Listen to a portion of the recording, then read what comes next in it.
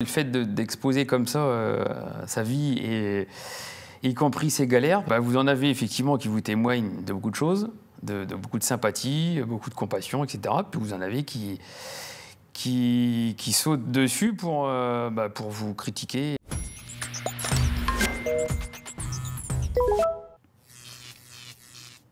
Révélateur de terroir, en voilà un programme à la fois mystérieux et alléchant. Bonjour David Fèvre. Bonjour Céline. Je vous croyais vigneron, mais en fait vous êtes un révélateur de terroir, ça veut dire quoi? Alors, vigneron, ça occupe 10 métiers, donc révélateur de terroir, effectivement, c'est quelque chose que j'avais lancé en 2018 pour tout simplement faire connaître mon métier de vigneron de Champagne. Déjà à travers, je dirais, à travers la vigne, à travers le tracteur, faire pousser des raisins dans un univers assez, je dirais, assez peu connu. Mon village, Belleval sous Châtillon, où même beaucoup de Champenois ne connaissent pas forcément, et un village très très atypique. Et pour le découvrir ensemble, on va explorer qui vous êtes dans la vie, mais aussi et surtout ce que vous dites de vous sur les réseaux. L'écran de votre téléphone va apparaître devant vous et tout ce que nous scrollerons ensemble pourra être retenu contre vous ou en votre faveur. Attention, on va plonger dans votre intimité. Est-ce que c'est d'accord ? Oui, bien sûr. Alors montrez-moi, David, quel est le premier geste que vous faites avec votre téléphone au réveil le matin ? Montrez-moi sur votre téléphone. On va voir les messages effectivement voilà, sur Instagram, puisqu'on a une bonne communauté aussi qui est sur Instagram. On a un petit peu moins de 6000 followers. Et comme on publie du contenu une fois, 2 fois par semaine, effectivement, ça sollicite un petit peu d'y aller tous les jours, plusieurs fois par jour, y compris au réveil, effectivement. Vous répondez à tout le monde ? On essaye, oui, bien sûr, parce que ça sert aussi aujourd'hui avec notre marque de champagne, ça sert aussi de messagerie, clairement. Hein. On a beaucoup de clients, beaucoup d'importateurs, beaucoup de cavistes, de professionnels qui nous envoient aussi des fois des demandes, qui nous envoient aussi. Il y a des clients qui nous envoient des photos de bouteilles qu'ils ont prises soit dans un restaurant, soit dans un pays, soit quelques. Donc on repartage la story, etc. Donc c'est quelque chose qui est ultra vivant et qui fait vraiment partie de notre quotidien. Je ne vais pas dire jour et nuit, mais pratiquement. À quoi il vous sert finalement ce téléphone dans votre métier de vigneron? Est-ce que vous l'avez dans la poche, dans les vignes? Ah oui, il est là tout le temps, effectivement. Oui. Alors quelles sont les applis que vous utilisez? Montrez-nous dans le cadre du travail de la terre. Celle-ci, il y a beaucoup. Vous avez par exemple celle-ci, c'est une application connectée sur nos outils. Ça va démarrer, nos outils météo. Oui, je vois que vous avez stations, tout un groupe d'applications consacrées à la météo. Ouais, ouais, exactement. On en a plusieurs parce qu'aujourd'hui, les météos, on a des météos qui nous donnent des prévisions mais avec des modèles, donc on a plusieurs modèles et les modèles se contredisent, donc on va en voir plusieurs, tout simplement. Donc là, on a la météo de cet après-midi, effectivement. On a nos stations connectées dans le vignoble, il fait 32 et quelques à 16 heures, donc c'est voilà, beaucoup. Ça c'est les choses. C'est beaucoup, c'est encore tenable, hein, mais effectivement, ça grimpe vite. Et on est, grâce ou à cause de ça, on est vraiment les témoins du réchauffement, parce qu'il y a vraiment réchauffement. Et ça, je dirais, il y a Instagram la première, et ça, c'est la deuxième. Voilà. Est-ce que ce téléphone, c'est un outil indispensable, un prolongement de votre main de vigneron? Oui, parce que on a tout dans ce téléphone. On a les groupes WhatsApp, beaucoup du travail. On a des groupes avec des vignerons. On a des groupes avec des clients. On a nos mails, on a nos SMS. On a un tas de choses effectivement dans ce téléphone. On a les applis de boulot là sur la météo. On peut tout faire aujourd'hui. On a une petite application effectivement connectée avec toute mon équipe qui s'appelle Trello, où on a voilà, je le démarre là, où on a toutes nos tâches ici. Donc c'est très très efficace parce que ça permet de connecter toute l'équipe. On vous a demandé votre temps d'écran, David Fèvre, 3 heures par jour. C'est un peu moins que la moyenne des Français. Félicitations. Est-ce que c'est encore beaucoup trop pour vous? Ouais, c'est beaucoup parce qu'en allant regarder sur les réseaux, effectivement, on peut aussi être happé un petit peu par la montagne d'infos et qui n'est pas toujours des fois des bonnes infos. Donc oui, c'est un sujet. Ce téléphone, c'est un vrai sujet, oui, y compris avec ma femme. Allez, c'est l'heure pour nous d'aller faire un tour sur la place publique numérique. Et la vôtre est un peu figée dans le temps, David Febvre. On va commencer par votre chaîne YouTube. Je vous en prie, ouvrez votre application. Cette chaîne YouTube, vous y avez plus de 6740 abonnés. Et si je dis qu'elle est figée dans le temps, c'est parce que vous n'y avez pas vraiment posté de vidéo depuis 1 an. On va regarder ensemble la dernière. Ne la lancez pas, je vous la montre. Salut à tous, David Febvre, bien une très bonne année à tous, première vidéo de cette année, écoutez, je vous souhaite plein de bonnes choses pour cette année 2024. C'est une vidéo de nouvelle année et depuis plus rien. Pourquoi vous avez arrêté YouTube, David Febvre ? Alors pour plusieurs raisons. Déjà parce que c'est beaucoup de temps. Beaucoup de temps. C'est-à-dire que ce genre de vidéo, c'est assez rapide. Puisqu'on est dans le tracteur, on prend le téléphone et il y en a pour, je dirais, 2-3 minutes. Et puis on peut la poster. Et par contre, il y avait beaucoup de vidéos où il y avait du montage. Il y avait des prises de vue, donc une vraie vidéo d'un quart d'heure, 20 minutes, une demi-heure. Il y avait une petite journée de travail, quoi. Et donc vous avez décidé de ralentir. Alors on a décidé de ralentir parce qu'effectivement ces périodes-là, c'était aussi la période sur l'exploitation où on manquait cruellement de bras, de main-d'œuvre. Donc à un moment donné, il a fallu que je fasse des choix tout simplement et je ne pouvais plus passer du temps. Vous en avez quand même fait 453 des vidéos sur votre chaîne YouTube. On va en regarder une autre. Globalement, de quoi elles parlent, toutes ces 453 vidéos que vous avez faites ? En fait, on a opéré un gros virage sur l'exploitation puisque je me suis installé en 2000. Et donc mon père était en coopérative à l'époque. C'était le modèle de l'exploitation qui permettait pas mal de choses. Et puis donc moi, quand je me suis installé, j'ai repris sous le même modèle jusqu'en 2016. Et puis en 2016, j'ai décidé de tout arrêter et de faire mes vins. Donc de partir du schéma coopératif et de faire mes vins. Et donc, on a changé de modèle sur un peu plus de 6 hectares. Et vous avez eu envie de raconter ça. Et j'ai envie de raconter. En fait, on avait 3 ans, entre 3 et 4 ans pour laisser vieillir les cuvées, puisque la première vendange, c'était 2017. Première mise en bouteille 2018. Donc, les vins sont arrivés sur le marché, les premiers vins, dans le courant de l'année 2020.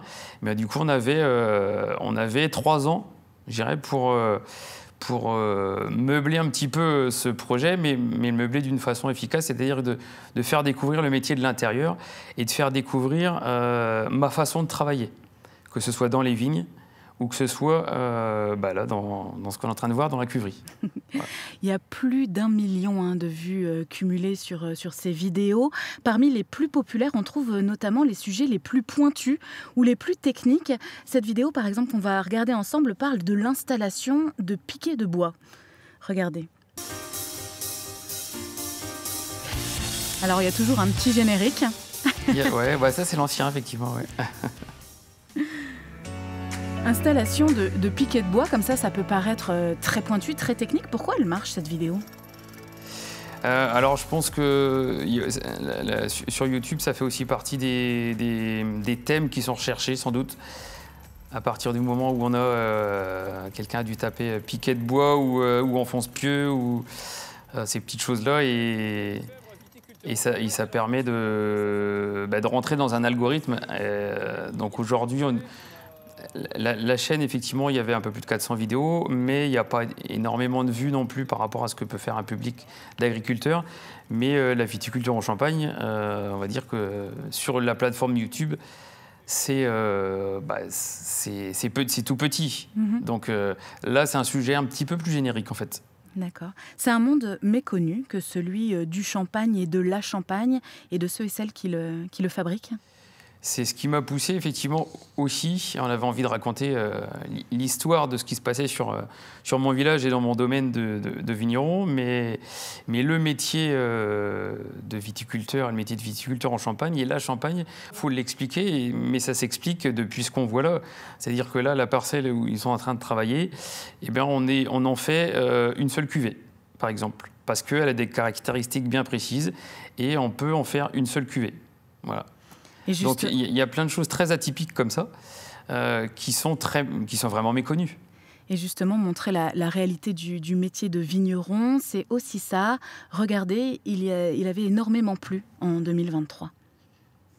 En gros, c'est l'équivalent de moitié de la pluie d'une année en 2 mois de temps.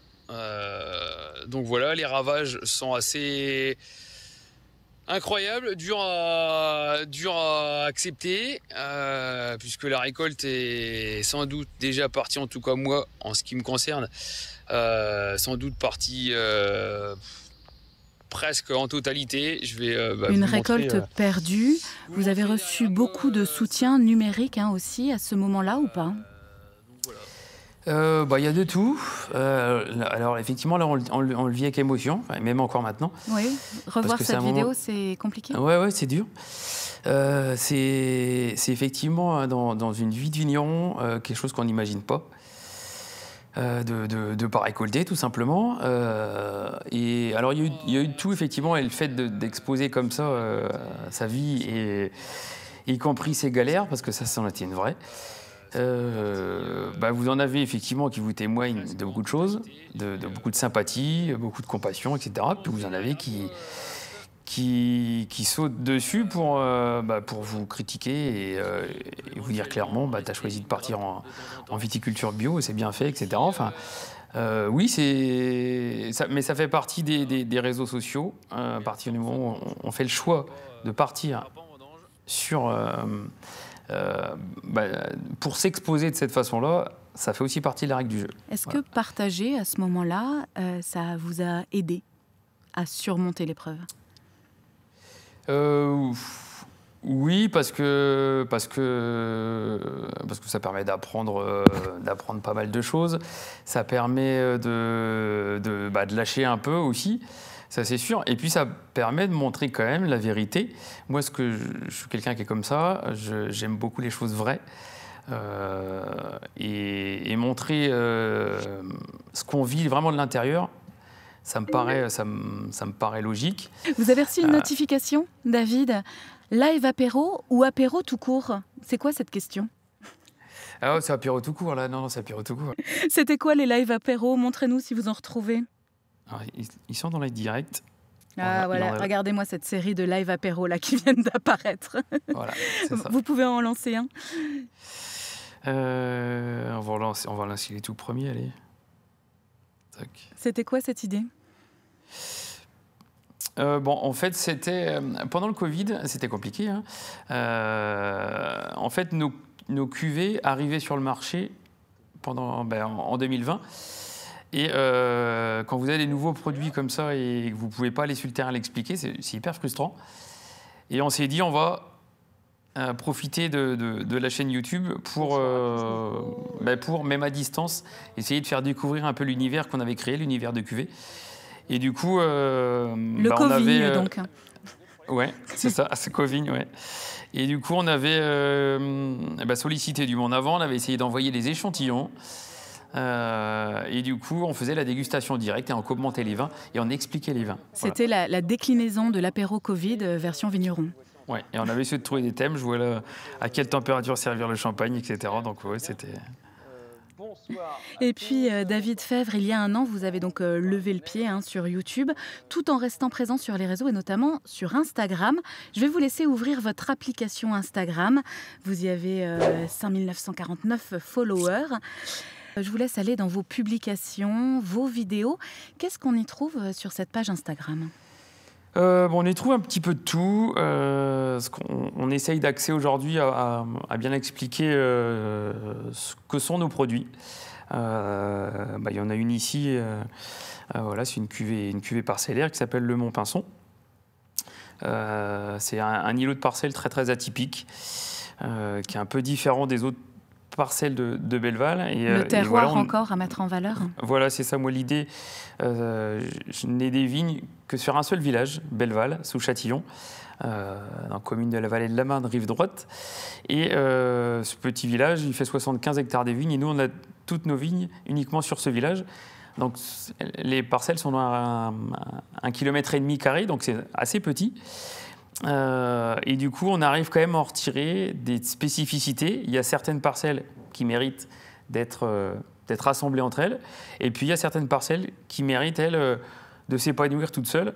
Et d'où aussi le révélateur de terroir, de faire parler vraiment le terroir. On a un terroir très atypique. C'est-à-dire que Belleval est la dernière commune qui démarre les vendanges en Champagne. Et moi, je suis peut-être sans doute celui qui termine le dernier les vendanges. Vous avez des photos de Belleval là sur votre compte Insta? Qu'on sache de quoi vous parlez. Alors, il y en a une ici, on voit le fond de vallée. Je vais essayer de vous en trouver des autres. Tac, tac. Voilà, il y a une photo ici, un petit peu. Magnifique. C'est photo d'hiver. La brume du petit matin. C'est la brume et c'est notre clocher qui est tordu, assez atypique, puis il est complètement tordu. Voilà. Je vous propose, David, de regarder ce réel que vous avez posté l'hiver dernier lors de la taille. Regardez.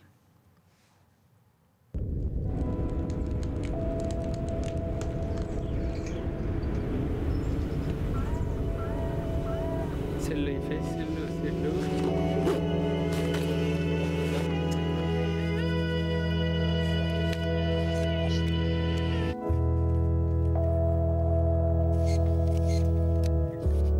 On sent un plaisir à mettre en valeur la beauté des vignes. Ah oui, ça c'est clair. C'est clair parce que c'est des paysages qui sont magnifiques, que ce soit l'hiver, que ce soit l'été, le matin, le soir. Je remercie Eric Sutter qui vient de temps en temps nous faire des vidéos encore un petit peu plus pro. Donc, il s'appelle Immersion Vigneronne sur son compte Instagram. Et il prend plaisir effectivement à mettre en valeur des belles choses qu'il y a dans de belles champagnes. Les légendes même sont poétiques. Pour cette vidéo, par exemple, à la cuverie, il est écrit « Ici, chaque geste compte pour sublimer le terroir unique de la haute vallée de Belleval, le bruit des cuves, les arômes du raisin qui se transforment, l'attente du résultat. » C'est poétique de fabriquer du champagne ? C'est très très poétique et on raconte une histoire en fait. C'est ça qu'il faut retenir. Et effectivement, là, on parle beaucoup de haute vallée. C'est-à-dire qu'une haute vallée, ça s'apparente un peu à un climat de montagne. Et Belleval, c'est vraiment ça. On est vraiment sur un microclimat où les éléments, en fait, on a un peu plus d'humidité, on a des températures un petit peu plus basses qui se retrouvent au débourrement, donc au risque de geler, qui se retrouvent un peu à la floraison. Donc ce petit terroir que j'aime beaucoup. Oui, vous l'aimez d'amour, non ? Ah oui, clairement, clairement. Mais il impose. C'est un climat extrême, vraiment extrême, et c'est-à-dire qu'il impose beaucoup de travail de détail, en fait. Voilà. Et vous êtes un orfèvre pour ce travail de détail ? Je suis quelqu'un de très, effectivement très exigeant parce que je sais que ce terroir, il est exigeant, il demande beaucoup. Et je sais qu'il ne faut pas grand-chose pour qu'on loupe beaucoup de choses. 8 ans après avoir lancé votre chaîne YouTube, David Febvre, est-ce que vous avez rempli votre objectif, faire connaître la Champagne et le champagne ? Alors aujourd'hui, ce que je souhaiterais, c'est effectivement faire connaître un peu plus mon village, un peu plus mes vins encore. Et les réseaux, finalement, vous aident là-dedans. Alors exactement, ça nous aide. Et si ça peut aider aussi à faire connaître de l'intérieur le métier de vigneron, tant mieux, vraiment tant mieux. Merci David Febvre d'avoir été avec nous et de nous avoir ouvert les portes de votre intimité numérique et avec elle, celle de votre merveilleux coin. Est-ce qu'on peut garder un petit selfie de vous ? Est-ce que vous pouvez vous prendre en photo pour nous, s'il vous plaît ? Allez. J'allais dire, ça fait longtemps que j'en ai pas fait, mais... Un grand merci David Febvre. Merci beaucoup Céline.